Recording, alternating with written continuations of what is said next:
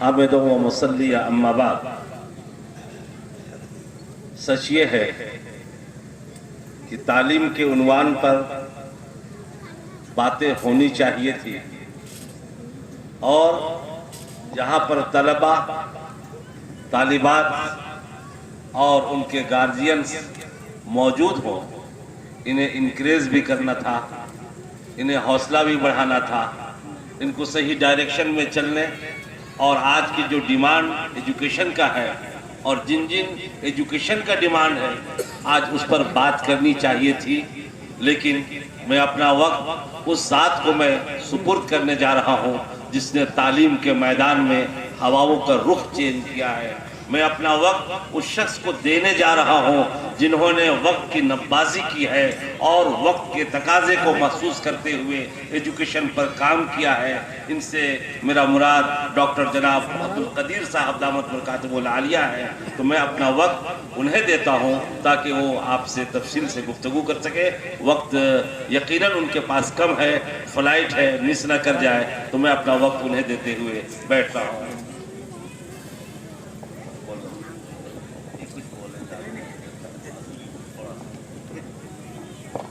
جی، جس عظیم شاہین شخصیت کو آپ دیکھ رہے ہیں نظروں میں، آج تک واقعی ہم سارے لوگوں نے یوٹیوب اور فیس بک میں دیکھا۔ میں التماس کرتا ہوں کہ آپ کی نگاہ شفقت، نگاہ کرم جب جھارکھنڈ پہ پڑی ہے تو جھارکھنڈ کے 4-5 اضلاع ایسے ہیں جن میں تعلیمی کوئی اچھا مستحکم نظام نہیں ہے۔ مجھے امید ہے کہ آپ امید کی کرن آپ جلائیں گے، کیونکہ آپ کامیابی کے اس بلند ترین اشتراک پہ آپ کا چراغ جلتا ہے جس کی لو سب سے روشن ترین ہے۔ آپ سے مجھے امید ہے کہ آپ انقلاب برپا کریں گے۔ آپ کی ذات ایسی ہے کہ آدمیت کی پہچان بنانے کے لیے، آدمیت کی پہچان بنانے کے لیے کوئی درویش چاہیے سلطان بنانے کے لیے۔ آپ کی قسمت کی دنیا جانتی ہے آپ کو، ورنہ لوگ مر جاتے ہیں پہچان بنانے کے لیے، جن سے میری مراد شاہین گروپ کے شاہین جناب عبدالقدیر صاحب دامت برکاتہ العالیہ ہے۔ گزارش ہے کہ تشریف لائے اور اپنی کافری لبوں سے ہم سارے لوگوں کے دلی جذبات کے ترجمانی فرمائے۔ السلام علیکم اللہ وبرکاتہ۔ محترم امیر شریعت، علماء اکرام، مولانا نسیم صاحب، یہاں پہ تشریف فرما معززین، قابل احترام بہنوں، مولانا محترم الیاس صاحب، دیگر معززین، پیاری بیٹیوں اور بیٹوں، اور جھارکھنڈ میں یہاں پر اس مقام پر آنے کے بعد یقیناً بڑی خوشی ہوئی اور ایک بڑی امیدیں وابستہ ہوئی ہیں۔ میرے لیے وقت واقعی تنگ تھا، آنا مشکل تھا، لیکن مولانا کی محبت، مولانا نسیم صاحب کی محبت اور آپ لوگوں سے ملنے، بات کرنے کا موقع من جانب اللہ مجھے ملا، میں حاضر ہوا اور پھر واپسی ہے۔ ذرا ایئرپورٹ سے کہیں سے بھی آؤ 5 گھنٹے ہیں، 5 گھنٹے ہیں، لیکن اللہ کا فضل ہوا، فیصلہ ہوا کہ میں لیٹ نائٹ وہاں پہ مصروف تھا، پھر کلکتہ سے ہوتے ہوئے رات بھر سفر کر کے حاضر ہوا۔ کوئی تھکن نہیں ہے، آپ لوگوں کو دیکھنے کے بعد پوری تھکن ختم ہو گئی ہے، حقیقت بتا رہا ہوں ماشاءاللہ۔ یہ شاہین گزشتہ 35 سال سے کام کر رہا ہے۔ 35 سال میں ماشاءاللہ صرف 11-17 بچوں سے کمرے میں شروع ہوا تھا، وہ 25,000 بچوں کی خدمت کرنے کا موقع مل رہا ہے۔ میرے ایک شاگرد یہاں پہ ہیں ماشاءاللہ۔ شاہین میں کتنے سال رہے آپ؟ 4 سال رہے حافظ۔ اور بچپن میں کیا پڑھے تھے؟ ادھر دیکھیے، بچپن میں کچھ نہیں پڑھے تھے، اور وہاں آئے اے آئی سی میں کتنے دن تھے؟ 3 مہینے اے آئی سی میں تھے، academic intensive care unit. Hospital میں آئی سی ہوتا ہے، وہاں پر اے آئی سی ہوتا ہے، اکیڈمک آئی سی ہوتا ہے۔ وہاں پر بچوں کی بنیاد بناتے ہیں۔ ایک ٹیچر اور 6 بچے ہوتے ہیں، ہر ایک کی اسپیڈ، ہر ایک کی عمر الگ ہوتی ہے، ہر ایک کی ضرورت الگ ہوتی ہے۔ کوئی تھوڑا بہت جانتے ہیں، کوئی کچھ نہیں جانتے۔ اس طرح سے وہاں پر 3 مہینے میں، زیادہ سے زیادہ 3 مہینے میں، زیادہ سے زیادہ 3 مہینے میں بچہ 10th اسٹینڈرڈ میں بیٹھ کر سمجھنے کے قابل ہو جاتا ہے، اور وہی عمل کریے۔ یہ 9th میں پڑھے. ان کی عمر کم تھی اس لیے ان کو 9th میں بٹھایا گیا. اگر عمر زیادہ ہوتی تو ڈائریکٹ وہاں پہ 10th میں بٹھاتے ہیں. اور 10th ایک سال میں 10th ہو جاتا ہے. 11 12 کر کے سالانہ 15 سے 20 حفاظ انڈیا بھر کے بیدر، صرف بیدر میں گورنمنٹ میڈیکل کالجز میں جا رہے ہیں، صرف 3 سال یا 4 سال پڑھ کر، جو کبھی زندگی میں اسکول نہیں گئے تھے. یہ سلسلہ چل رہا ہے. اب وقت آ گیا ہے کہ دینی اصلی تعلیم کا امتزاج آپ بعد میں بولنا تفصیلات کی طرح بڑھ جائیے. تو دینی اصلی تعلیم کا امتزاج ایک وقت کی اہم ترین ضرورت ہے. جب تک جس زمانے میں ایک چھت کے نیچے دینی تعلیم اور اصلی تعلیم دونوں ہوا کرتی تھی، وہ انسانی تاریخ کا سب سے سنہری دور ہوا کرتا تھا، سب سے سنہری دور ہوا کرتا تھا. ہم دونوں کو الگ کر کے یقیناً نقصان میں آئے ہیں. آئیے پھر سے ہم دونوں کو جوڑیں گے. اور شاہین میں یہ کام ہوا ہے. ہم 80-20 کا فارمولہ چلائے. LKG UKG میں قاعدہ پڑھے، 2nd اسٹینڈرڈ میں ناظرہ، اور 3rd سے جو ہے قابل بچوں کو، خواہش مند بچوں کو حفظ میں لیے.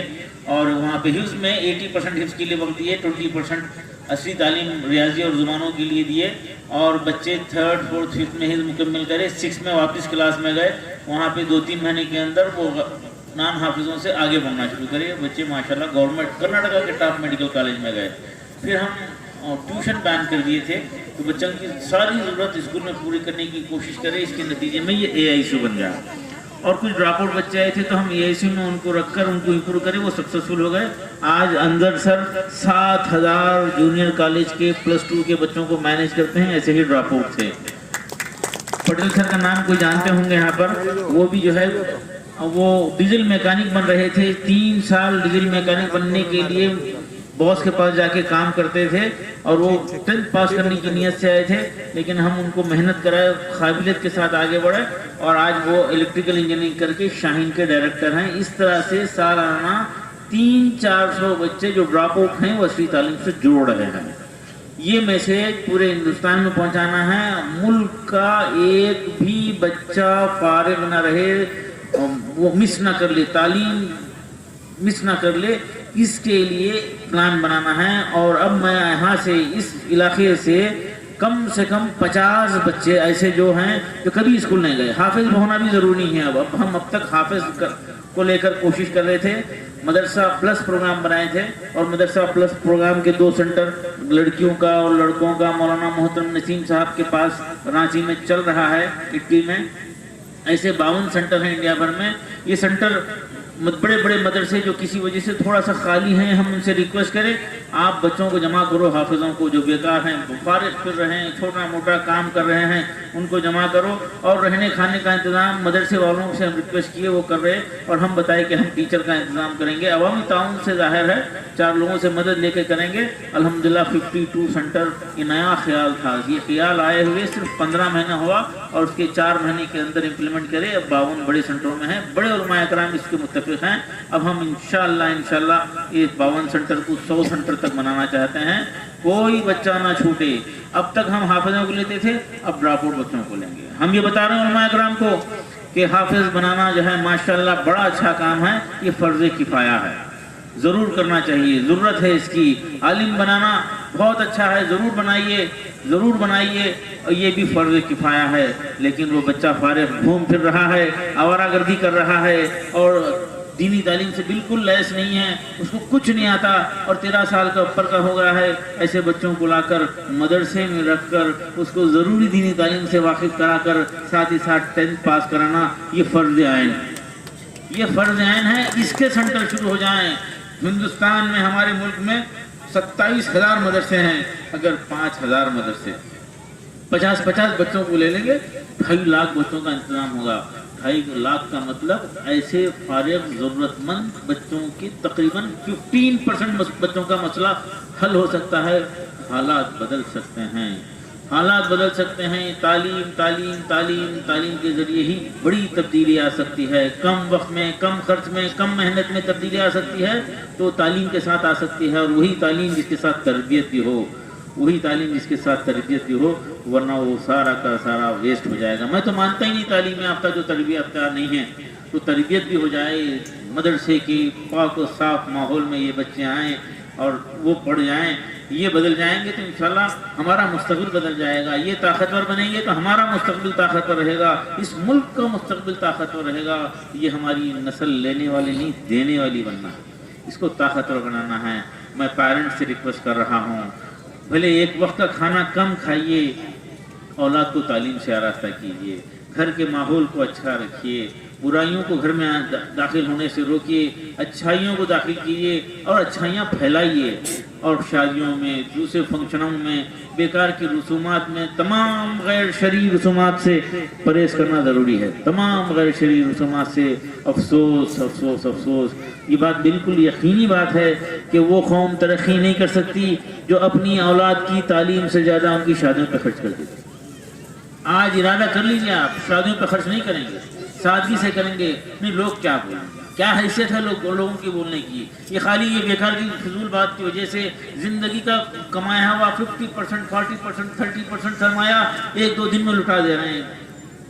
بچہ جو ہے گریجویشن کے قریب میں آیا تھا، 10th پاس کر رہا تھا، بڑی بہن کی، بڑی آپا کی شادی ہوئی اور پینشن کے پیسے ختم ہو گئے. پھر کچھ کاروبار کرنے کی سوچ رہا تھا، گھر بھی گیا شادی کے لیے، اور بیٹا جو ہے آٹو چلانے پہ، مزدوری کرنے پہ ہوا. فضول خرچی ختم کرنا ہے، تعلیم پہ توجہ دینا ہے. میں ایک میسیج دوں گا، اس علاقے کے 50 بچے چن کر دیجئے. حیدرآباد میں ہمارے سینٹرز میں موقع دیں گے، مولانا جتنا وہ دیں گے. اس کے علاوہ حیدرآباد میں مولانا کے ذریعے سے مکمل ٹیم آ جائے.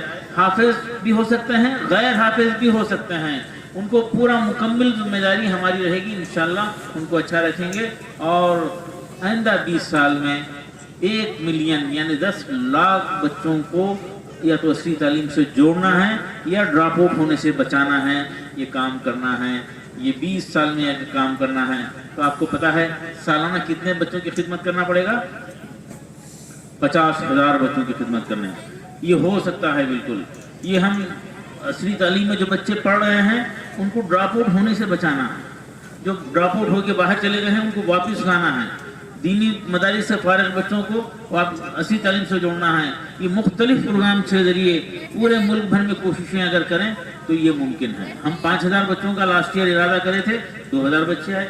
پہلا پروگرام تھا، پہلا تجربہ تھا. ایک خیال جو آیا تھا اس کو اللہ کا فضل ہوا، یہ پھیل گیا ہے. علماء اکرام اس کو قبول کر رہے ہیں. ہم اس کے لیے پوری مدد کرنا چاہتے ہیں. مدرسے کے ذمہ داران بھی ادھر آ رہے ہیں، اسکولز کے کالجز کے ذمہ داران آ رہے ہیں، طریقہ کار دیکھ رہے ہیں. ہم ان کو بحیثیت مہمان رکھ کر پورا ہر چیز دکھاتے ہیں، طریقہ کار بتا رہے ہیں. ابھی گلوبل اسکول یہاں پہ گئے تھے ہم دھنباد میں، وہاں کے لوگ بھی ادھر آئیں گے انشاءاللہ. ان کو بھی ہم تعاون کریں گے، سپورٹ کریں گے کہ کس طرح سے بچوں کی کمزوری کو ختم کر سکتے ہیں. کمزوری کے ساتھ بچے پاس ہو کے آگے جا رہے ہیں اور آگے جا کے ناکارہ ہو جا رہے ہیں.